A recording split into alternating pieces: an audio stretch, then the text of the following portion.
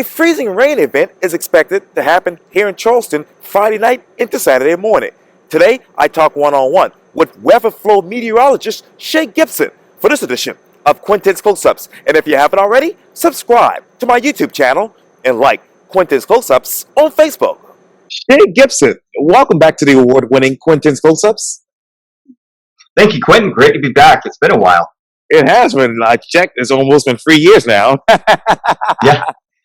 But I know that you've been extremely busy with WeatherFlow, which is a Tempest incorporation and in a technology company that is leading the way in the private sector weather industry. And of course, you joined WeatherFlow in 2013 to help lead the expansion of WeatherFlow's operational forecasting division to include here the southeastern United States. Let me stop right there. The southeastern United States. Obviously, there's another potential storm coming this way. Let me ask you this, Shay. What is the weather headline for Friday and Saturday? Weather headline is going to be, we're going to be wet, it's going to be rainy, it's going to be cold.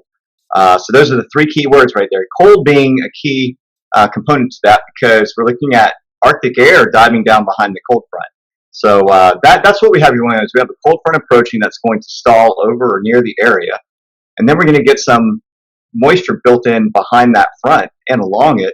So, and with the Arctic air spilling down, it's just a matter of how far south does that cold air push and how far to the coast will it get. And let me ask you more about that. Where is this storm shifting from? Great question. Let me share screen. Looks like I think you disabled sharing. Oh. I don't know if you can fix that or not, but we can talk through it if you like. Sure. Yeah, basically what we have is the storm it's an upper low that's developing up over by the Great Lakes, and what happens is it develops up in the Midwest to Northwest, and it sweeps across the country and brings a cold front across. So right now, that cold front is just over Texas, heading across Oklahoma and heading towards the east. So it'll be coming through here. It'll start its approach on Thursday. So we're actually looking at some fairly warm temperatures Thursday afternoon. You're going to get into the mid 60s, upper 70s. So that's also something to remember is that warms the ground. And when it comes down to freezing precipitation, the warmth of the ground matters. So when we get to Friday, as the cold front approaches and stalls over us in the afternoon, we think sometime in the afternoon to evening is where that front will just nudge offshore. What happens is we have Gulf moisture that pulses up along it. We get these things called short waves. They're like small areas of low pressure embedded along the front. And what that does is it pushes moisture in off the ocean or up from the Gulf into the coastline and well inland. So, especially if we get a decent upper low to develop along that front, sometimes that moisture really penetrates pretty far inland. So North Carolina is setting up for a major ice storm. Us here, we're going to have freezing rain, most likely making it near or just at the coast. I don't see a lot of accumulation Friday night. I know the Euro is a little less aggressive on the moisture. The GFS is a little bit more aggressive.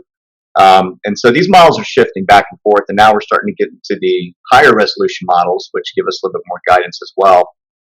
Without getting all sciencey about it, the Weather Service did issue a one-pager this morning just briefly talking about that the confidence is growing for a freezing rain event here at the coast, and more so well inland, but we do need to monitor it. It could be a very close call for us right here along the immediate coast. Wow. And where is the area for low pressure, and how will that actually develop? Right, so low pressure develops when you have surges of warm air and moisture coming in across the Gulf of Mexico along that front. Once the energy transfers from the Gulf of Mexico to the Atlantic, a lot of times you get that warm to cold air clash and you get low pressure develop along the boundary.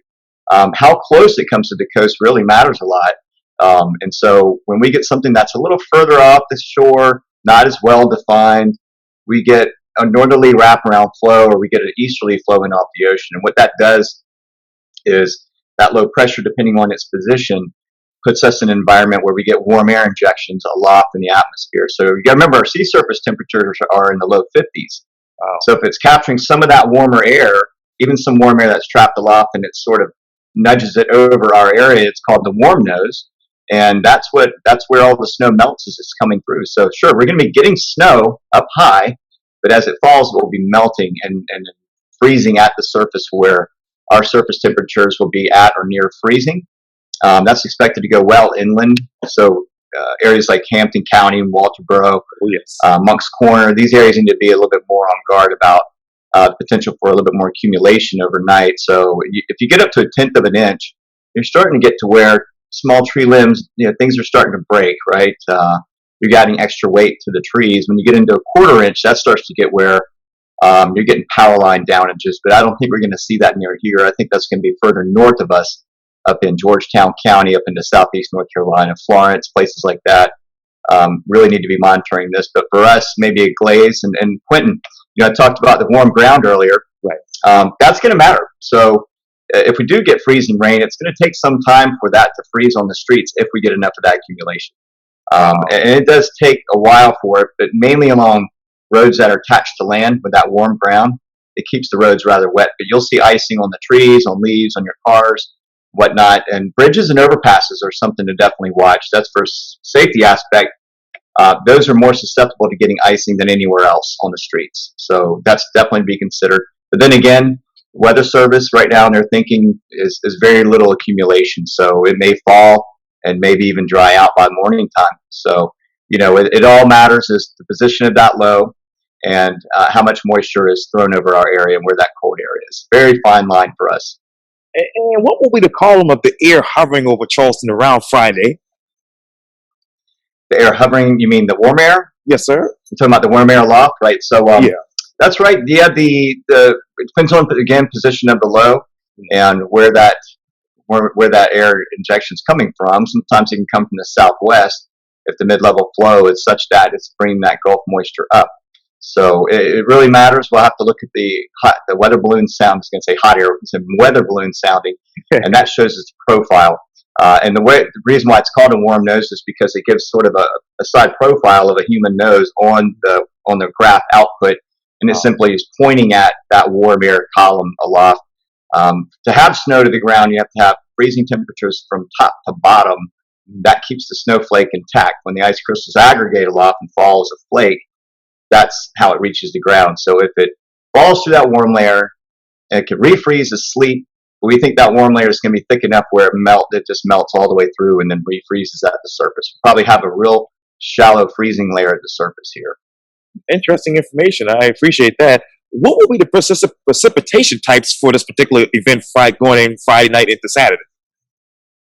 Freezing rain mainly. Freezing rain or just rain, or what's called for. I don't think we'll see sleet or snow. So those are the P types that are being called out for right now. I am going to go by the Weather Service call on this one. This is the official word. Of course, we all have our theories on what could happen, and we always postulate on what could happen, but we never go to the worst case scenario. We always want to say, hey, the potential is there. Things could change even between today and tomorrow. So as we get closer to Friday, things become a little clearer. Wow, that's amazing. And I know this is a redundant question, that is, but what other counties in our viewing area will possibly have a winter storm watch due to the potential for ice? Good question. I would say Dorchester County would be one, Inland Colleton County, Berkeley County. Charleston County may come into the watch just because the threat for freezing rain is there. And that was one of the slides I was going to show was the difference between a watch and a warning. So we have an advisory likely going to come out today, which just identifies areas inland for tomorrow night because there may be enough cold air tomorrow night to trigger a small freezing rain event just inland, well inland, not near the coastline. We're going to have warm temperatures, so I think we're going to be at like 38 along the coast tomorrow night. The other thing is the watch may extend to the coastline for Friday night. I wouldn't assume that's going to happen, but I think we're all pretty sure they're probably going to issue that just as precautionary. If the potential goes up for icing and the probability numbers go higher for all of Charleston, Metro Charleston be incorporated, the warning would come out on Friday for that. So I'm not anticipating that at this time. The watch may likely be issued tonight or tomorrow. And going forward, especially for those counties well inland for tomorrow night. So I'm saying Dorchester, you get down. Remember the Charleston Weather Service, National Weather Service Charleston goes all the way down into Georgia. So there's counties down that way, right, which are inland as well. So Hampton, Dorchester, the areas. Mm-hmm. Yeah. And what will be those probability numbers? Probabilities are right now, they're right around 50, 60%. And even 70 as you go further inland, Dorchester. As we get to Charleston, we're right around the 20 to 30% mark for probability for freezing rain. And that seems to be growing just a little bit. It was a little bit less yesterday from the Weather Prediction Center. Now it's bulged a little further south. And it's going to be interesting to see. I think we may get into the 40 to 50% by tomorrow. And if confidence grows, it'll go even higher than that. But as far as accumulation, as being another question, we're looking at maybe 0.01 inches, which is it's a hundredth of it. I mean, it's less than a tenth of an inch. So not too much to be concerned about, and it will melt on Saturday as temperatures are expected to get into the 40s. So probably by mid to late morning, things will be melting, probably be safe on the roads. I wouldn't cancel any plans yet. If you have plans Saturday late morning or afternoon, I wouldn't cancel them. If you're getting up really early by sunrise, be on guard for possible icing of bridges and overpasses. Wow. And what is the difference between a watch and a warning? A watch is when they have identified a storm that could have effects over the area within a 48-hour period. The warning is when it is imminent, it's going to happen. Yes, sir. And let's talk about it. I know I have to work today, tomorrow, and Friday outside. So what will the next couple of hours be leading up to this particular event? I think what we're going to see today is just advisories for inland counties, right? And then as we get into tomorrow, if they issue a watch, it just means the possibilities could happen. And if you're going to be traveling, keep it in mind as to what you're going to be doing Friday night and this early Saturday morning. And that's, if a warning is issued, it's almost like, well, you're going to be kind of chancing it if you go out on the streets, right? I mean, I know that commerce has to keep on going. The trucks have to keep rolling. The planes have to fly. They have special equipment to de-ice the wings if they need it. Again, it's hard to see if we're going to have enough of it to be really concerned about, but the bridges and overpasses being the main one, and maybe some of the inland back roads and areas where they're less traveled, right? Because you get enough cars over an interstate, you get heat from those cars, and it helps to melt it as well. Wow, that's amazing.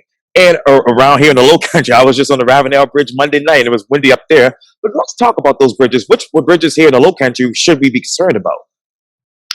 I would say Don Holt and Ravenel, more so the Ravenel Bridge we saw a few years back when we had an icing event. Yes. And even not very much does it take to create a giant icicle around those cable stays. So, and we saw about a 6 or 7 foot icicle per se fall off of one of those cables and hit a car. Right. That was caught by the camera on DOT camera. Right. So there again, we have to be, even if it's a light glaze and it causes enough for the ice to build up on those cables, they may have to close the bridge, and it's a little early to call that. But if there is significant icing up aloft, where it's even colder, then yes, that would be a major concern. It would be a dangerous situation to put people into, and I think the DOT has learned that over time. In the city, Mount Pleasant, downtown, are both probably on board and already talking about it. Yes, indeed, absolutely. And let's fast forward. Let's talk about the temperature trend. What will the next couple of days be after this event? After this event, well, it's going to stay pretty cool in the 40s. There was a signal for Sunday night possibly having another round of freezing rain or possible sleet. And that's sort of in and out. We're not really sure. We think that the low that develops Friday night into Saturday will be enough to pull that front farther offshore and keep that moisture away. But it's going to stay cool. Our nights are going to be below freezing each night all the way through Sunday. And I think we have an upwards trend Monday as high pressure settles in over the area. So what's driving it is high pressure setting up over the Great Lakes. Very strong area of high pressure. I think the range was 1,044 millibars, which is a very large dome, and that's what's driving those northerly winds all the way down to the coastline. And once that shifts east behind the upper low that it's in front and behind right now, once that gets over the ocean, things start to warm up again. Wow, amazing, very amazing. I'm looking forward to the warm up. Mm-hmm. Shea Gibson with WeatherFlow. Thank you so much for your time. And again, welcome back to Quintin's Close-Ups. Thank you, Quintin. It's a pleasure being here again. Likewise.